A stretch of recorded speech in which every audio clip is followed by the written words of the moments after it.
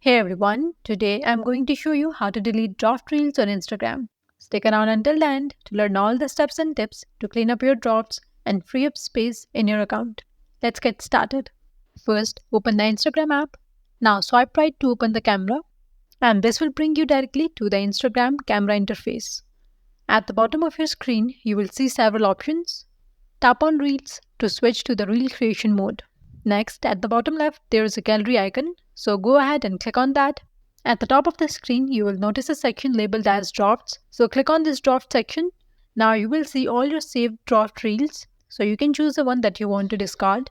Alongside that draft, you will see three dots, click on it, and now click on Delete. And after this, again click on Delete to confirm it.